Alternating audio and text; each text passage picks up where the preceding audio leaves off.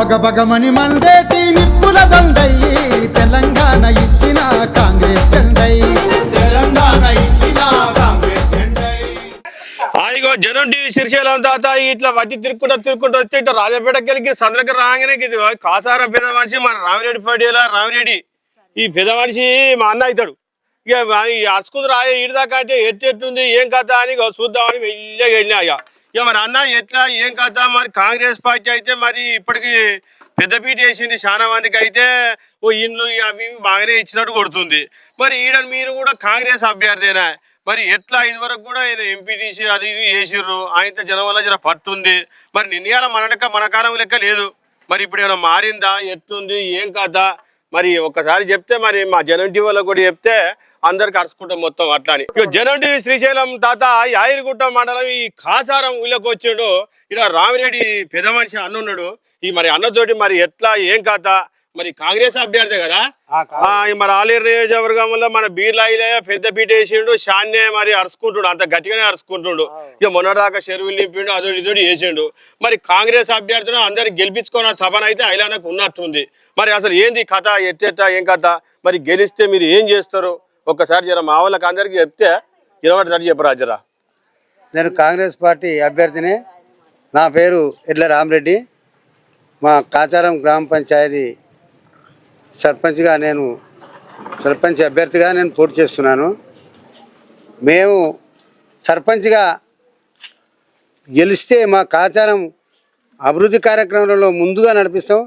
మాకు మన ఎమ్మెల్యే గారు బీర్లా ఐలయ్య గారు ప్రభుత్వ ఇప్పు ఆయన మాకు కొండంత అండగా ఉన్నాడు. మాకు ఆయనే చేసిన అభివృద్ధి ఇప్పటికి కూడా చాలా ఉన్నది. అది కొద్ది రోజులనే మాకు చెరువులు రాగానే చెరువులు నింపిండు. చాలా మాకు ప్రభుత్వ పథకాలంటే చాలా ఉన్నాయి.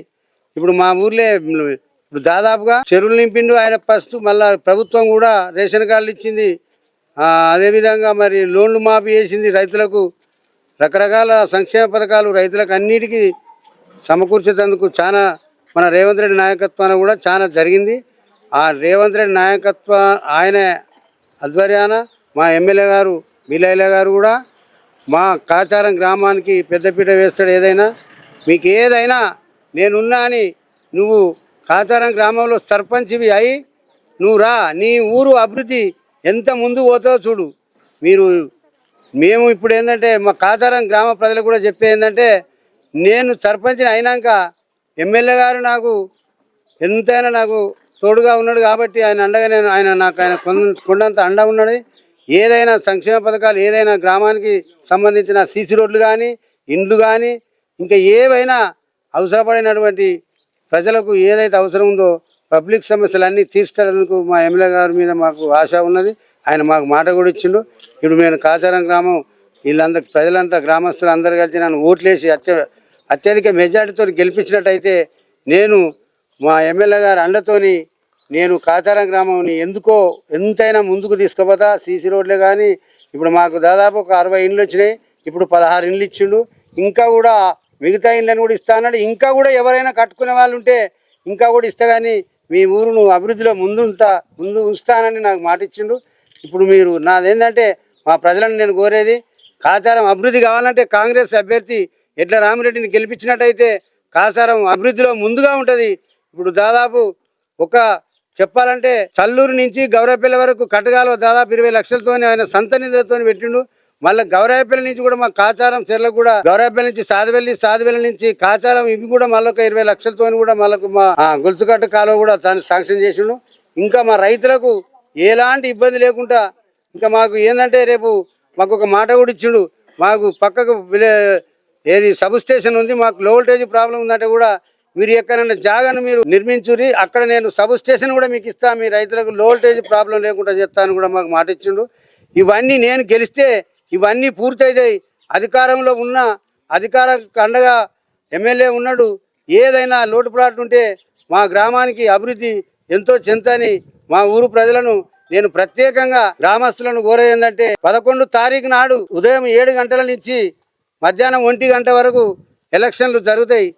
నాది 1వ నెంబరు ఉంగురం గుర్తు మీద మీరు అందరూ ఓట్లేసి మా బాడీ మొత్తం 8 మందితో ఉన్నది ప్యానల్. మా 8 మందికి అందరికీ గ్యాసులు వచ్చినాయి, కొందరికి గములు వచ్చినాయి.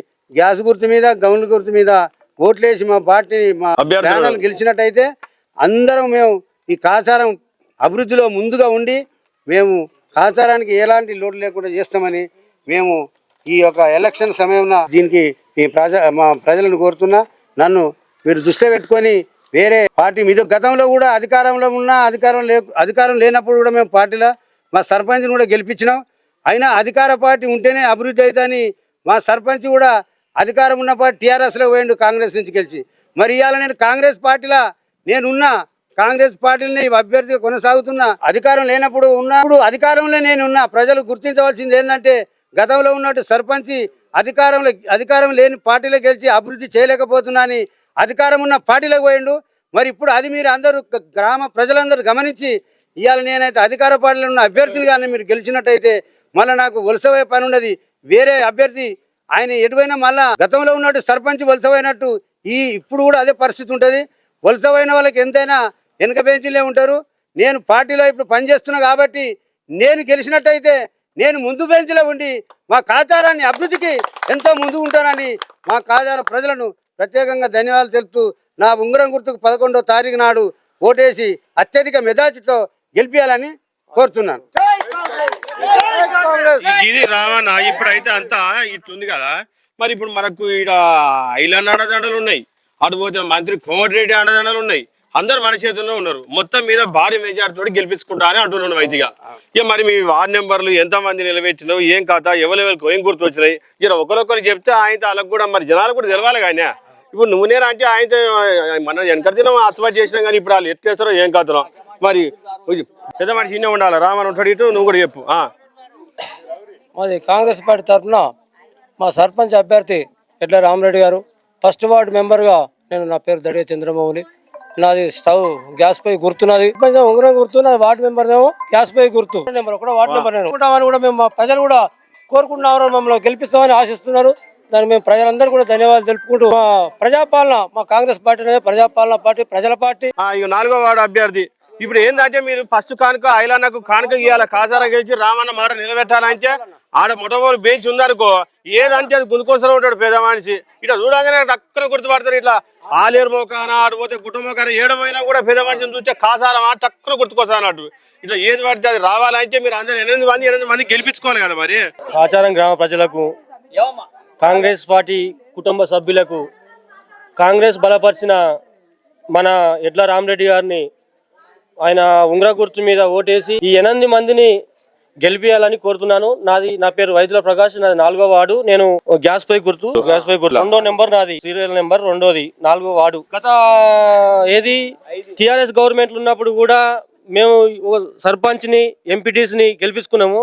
ఇవాళ అధికారం ఉన్నది, అధికారం లేనప్పుడు కూడా మా ఎంపీటీసీ గారు ఇప్పుడు మాజీ ఎంపీటీసీ గారు ఇవాళ సీసీ రోడ్లు ఎమ్మెల్యే దగ్గర కూర్చొని మా ఊళ్ళో సీఎం రిలీఫ్ ఫండ్లు మొత్తం ఎవరికన్నా చిన్నగా అయినా కూడా ఫుల్ బిల్ పెట్టిస్తున్నాం మా ఊరిని డెవలప్ చేసుకోవాలని. ఇట్లా ఆ వార్డు నెంబర్ అందరూ కలిసి కట్టుకుంటే గెలిపించుకొని ఇక రామన్నని గెలిపించుకుర్రు అనుకో మీ ఊరు అన్ని విధాల అభివృద్ధి చెందుతుంది.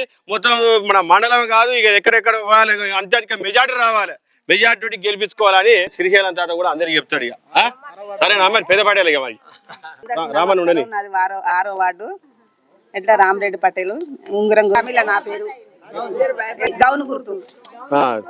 కాసారం ఇగో సీనియర్ నాయకుడు పెద్ద మనిషి.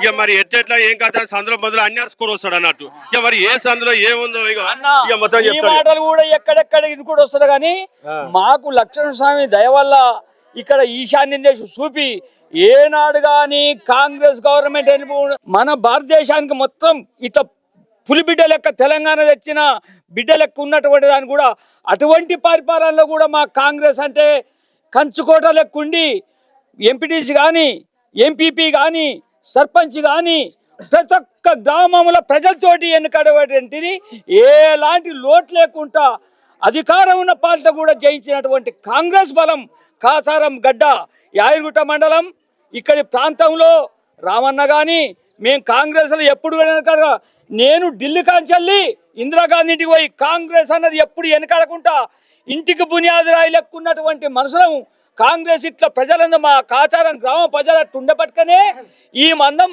కాచారంలో అభివృద్ధికి 10 రూపాయలు చేతి నుంచి ఖర్చు పెట్టుకొని ఎప్పుడు ఏంది అని జనం కోసం ప్రజలు బతికేటువంటి పని చేయాలన్న ఆలోచనతోటి రామన్న కూడా పార్టీని భుజాల మీద వేసుకొని కాంగ్రెస్ పార్టీ గౌరవం నిలబెట్టుకొని మన ఊరును బాగుపేట చేసుకుందామన్న ఆలోచనలో మనసు పూర్తిగా శశశామలంగా పనిచేస్తుంది. కాబట్టి ఇప్పటి వరకు అభివృద్ధి కొరకు మా నాయకుని గెలిపించుకుందామని మేము ఉంగరం గుర్తుకు ఓటేసి గెలిపించుకొని మేము తీసుకుపోయి ఐడకపోయి పనులన్నీ తెచ్చుకొని మా గ్రామాన్ని అభివృద్ధి చేసుకొని అని చెప్తున్నా అన్నగారు. మొత్తం మీద అనుభవమైన నాయకుడు, సీనియర్ నాయకుడు, ఏది ఏమున్నా కూడా ఎంత పెద్దవారితో కొట్లాడి తన ఊరు గురించి కొట్లాడే హక్కు ఆయనకు ఉన్నది. కాబట్టి ఖచ్చితంగా ఉంగరం గుర్తు మీద ఓటేసి అత్యధిక మెజార్టీతో రామిరెడ్డిని గెలిపిస్తే కాచారం అభివృద్ధి చెందుతుందని వాళ్ళు కోరుకుంటున్నారు.